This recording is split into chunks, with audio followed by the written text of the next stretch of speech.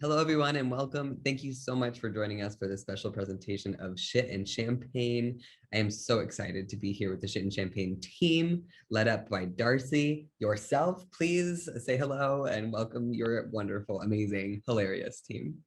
Hi, everybody. I'm Darcy Drollinger, and I play Champagne, Horowitz, Jones, Dickerson, White. And below me is Stephen LeMay, who plays Oh, my adopted half-stepsister, Brandy White. And below and the world's top Brandy, calf model. oh yes, the #1 calf model in the world. Below that is Nancy French, who plays the illustrious Debbie. Um, and next to Nancy is Matthew Martin, who plays the evil villainess Dixie Stampede. Welcome to each of you. Absolute star-studded event tonight. So glad to have you. I just walk me through, first and foremost, tell me how you all got attached to this project and what made it tick for you. Why did you want to do this crazy, crazy thing? Well, I'll speak to the origin of the Please, show. please. It was something that I did originally in New York at the Slipper Room, which was a burlesque and strip club. We would put this show on before the strip show started, so it kind of made sense. It's about a stripper with a heart of gold. And I had moved back to New York.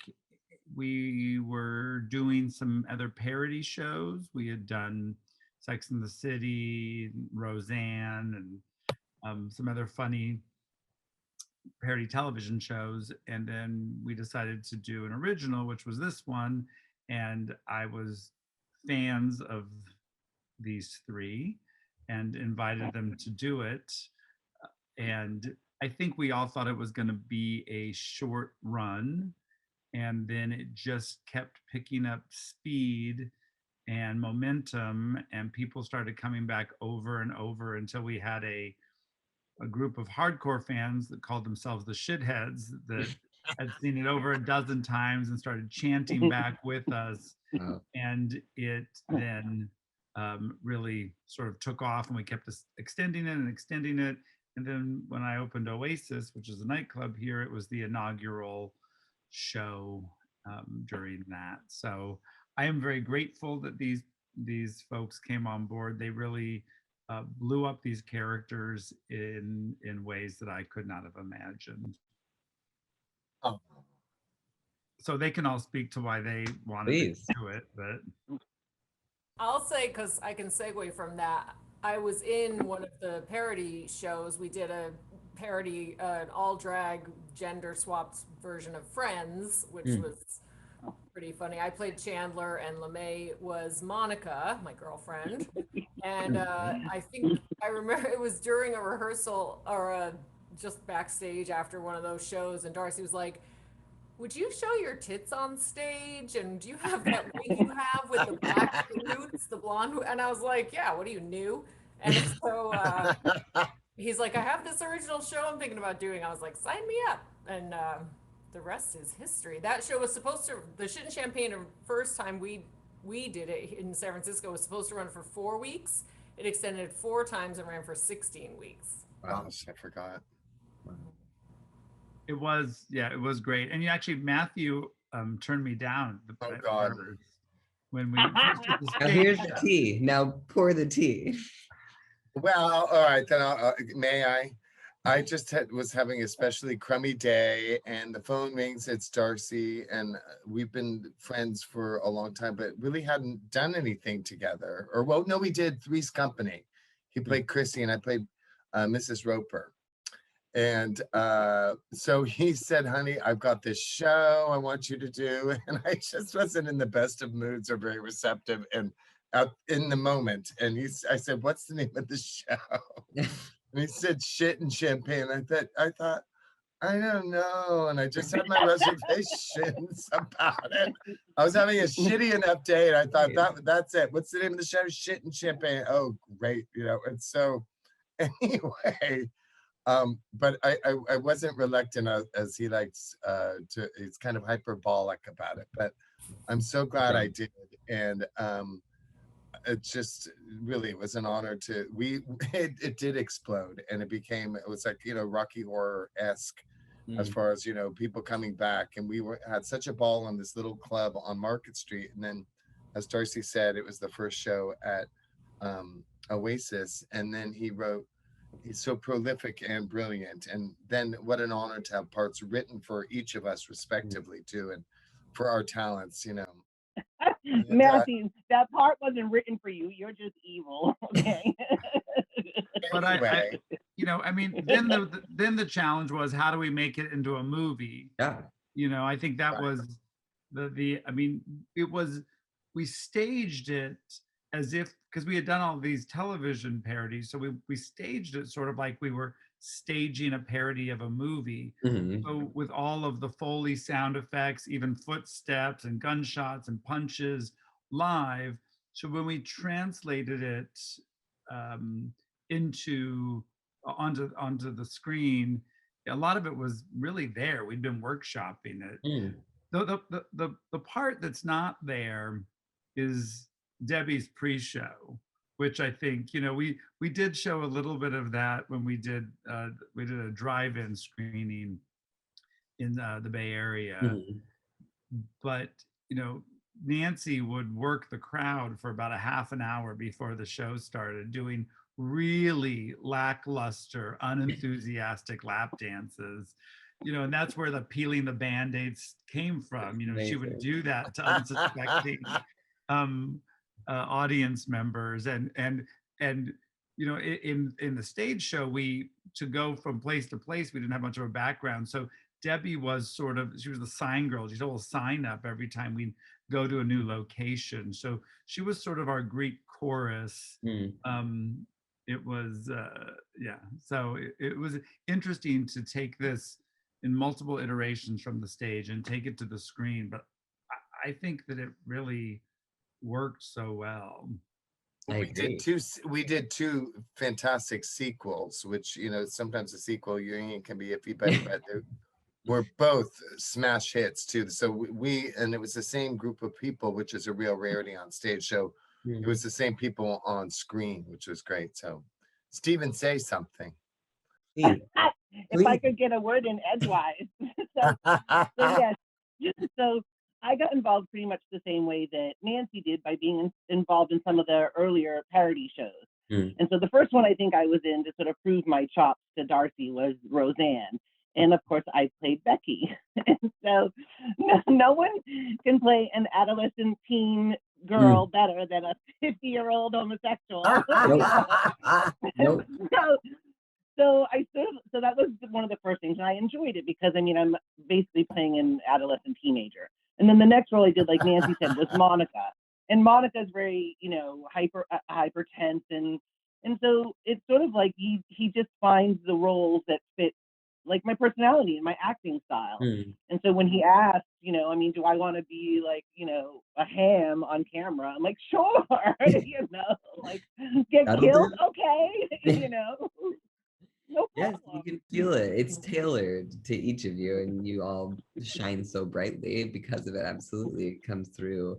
Yeah. And tell me, of course, you have this history of it being a stage production in San Francisco, but the film stands on its own 2 feet, and it feels so rooted in that place, and of course, in the 70s as a moment. So tell me about the setting and what it meant to each of you to translate it to the film. Well, go ahead. No, I was just gonna say, it was fun to have some San Francisco scenes. I'm a native San Franciscan, always proud to say that too. So there, certain things you can do on screen, you can't do on the stage, and vice versa. But there's some scenes running past the painted ladies and some iconic spots in San Francisco. There's that whole chase scene that cracks me up too, through Pacific Heights, and it goes all over the place. So I love that especially too. Yeah. Yeah, I think that when I had first wrote it, and even when we were performing it on stage, there wasn't a real commitment to our location. Mm. So many of those exploitation films from the 70s take place in Los Angeles. They were cheap, easy to film. There was lots of space there. But when filming it and really needing to commit and leaning into it being in San Francisco, I think that really cemented the location. We had, I think, making the film, we had to make some of those decisions, like exactly where is this, sort of like get a little more specific on what Mhm, time period this is, mhm, and those things really helped, I think, ground the film in a certain way. We originally we were going to film all the strip scenes at the Condor, which is the classic quintessential Broadway and Columbus strip club there in North Beach, but it was just too small for what we were going to do. So we ended up filming it at my club, the Oasis. mhm. Which is very special about it too, as well. Yeah. Yeah. No, it's born and bred amongst you. Right. LeMay, I Nancy, collect what did you 70s think? vintage clothes, and Debbie doesn't wear anything but a bikini in the stage show. But when I had to put some clothes on for the movie, I just pulled them out of my closet. Yeah, it worked so Yeah. nicely. Yeah, I mean, I'm a vintage clothing fanatic, so anything vintage, no matter whether it's 40s, 60s, 70s, is, it's fine by me. I mean, I have the perfect nose for 70s clothing, and like, and terrible curly hair, perm. It's like I have that face only a perm could love. That's so fabulous. And no, I mean, to me, this film is so joyful, and it's so special to be able to play that and experience that together, especially at a moment like this one. What can you say about like queer joy and the expression of both making the film and how much fun you might have all had together? I can only guess. And what it means to you to also present it, after such a tough year when we're coming back also to gay festivals and starting to be in community again. I think people are starving for something that is just pure entertainment, right? We everywhere we turn, especially for the last year and a half, it's been such depressing news. And something like this, where we're using what I like to call sort of a vaudeville 2.0, Hmm. right? Where we're taking a lot of these vaudeville gags, just the fact of LeMay's character falling down over and over on the beach, where it's again and again and again. That's so vaudevillian, so Yeah. Mel Brooksian, Old and school. yes, that old school um, comedy and high camp, I think is, also all the really bad puns and dumb jokes that I just love so much. And it's sort of like you can do one bad joke and it's funny, but you do 100 bad jokes and it's really hilarious, right? And so I think that people, they're, from what we've seen, the few audiences that we've seen watch the film and our audience that saw it live, it's palpable the kind of excitement they get about getting this fun escapism, but something that Mhm. we really haven't seen very much on stage or on screen really since like the 70s and early 80s, with when Mel Brooks was and the Zucker brothers with like Airplane and things like that, Mhm. which were obviously big inspirations for me there.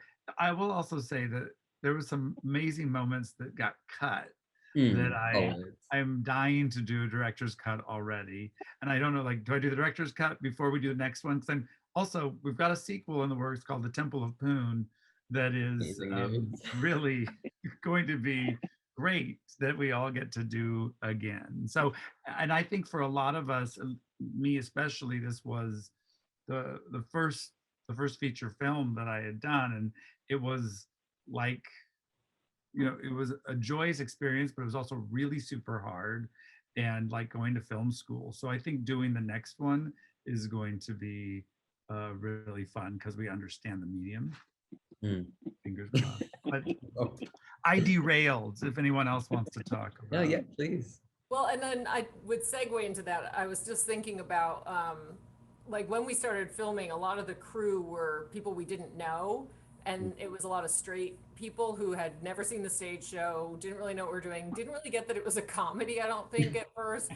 And we're so just fluent and comfortable in the drag world, like we kind of just assume, and then we forgot, like, oh wait, yeah, it's men in dresses, it's men play, so there's that whole, like, it's an absurd story with absurd scenarios anyway. Then you add the drag level to it. Right. But I think that's why it brings a lot of joy, because you just are submersed in a world that's just already suspension of disbelief Mm. on Yeah. steroids. Right. I mean, we're not playing drag queens, we're playing women. Right, which you don't see very much. Like a lot of there's so many films currently and in the past that are about drag queens, but this is more along like the Charles Bush genre where we are genuinely, sincerely playing these characters. And while we're sending everything up and we're being as ridiculous as possible, we are respecting serious our about it. characters. We're respecting the characters and the craft of what we're doing. To the point where the straight crew thought it was a drama for Right. them. Right. But they Yeah. really were, they did a fantastic job, and I think that was a great marriage from the crew's technical experience and ours, and also bringing to the film something that we've done and we're so comfortable. We knew these parts very well coming into it, which was a great advantage too, and just so fun to do it because we had talked about filming it for a long time. So to finally put it on film. And then when we had our premiere, because of COVID, we were supposed to have a big extravaganza at the Castro Theater, Mm. which would have been very special. But we did something really unique and fun and did it at a drive-in, the Solano Drive-In in Concord. And that was a lot of fun too. So, Yeah, it was great. but I 3,000 can't wait to see it in people. the theater. Someday soon. Someday Yes. soon. But yes, you're so right. It has such imagination.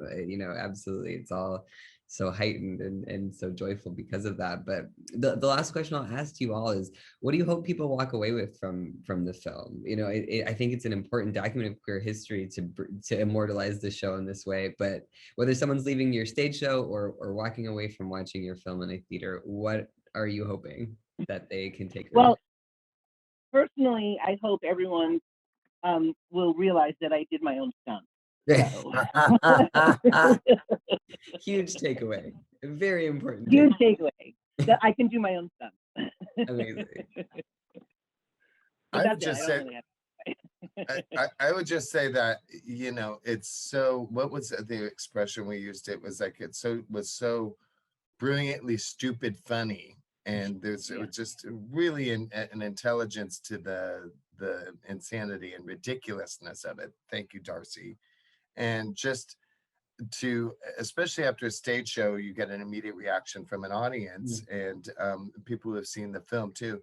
Just at this point, and what we've all been through, for people to laugh their asses off and be genuinely entertained is a great gift. It's not a message film. Right. Certainly, the message is it's good to laugh and have a good time and see something done well by a good group of people, myself humbly Included. Very much included. And I'll echo that too. I want people to walk away with their sides hurting a little bit from Right. laughing so much. And it is ridiculous and it is parodying all of these classic, genre films.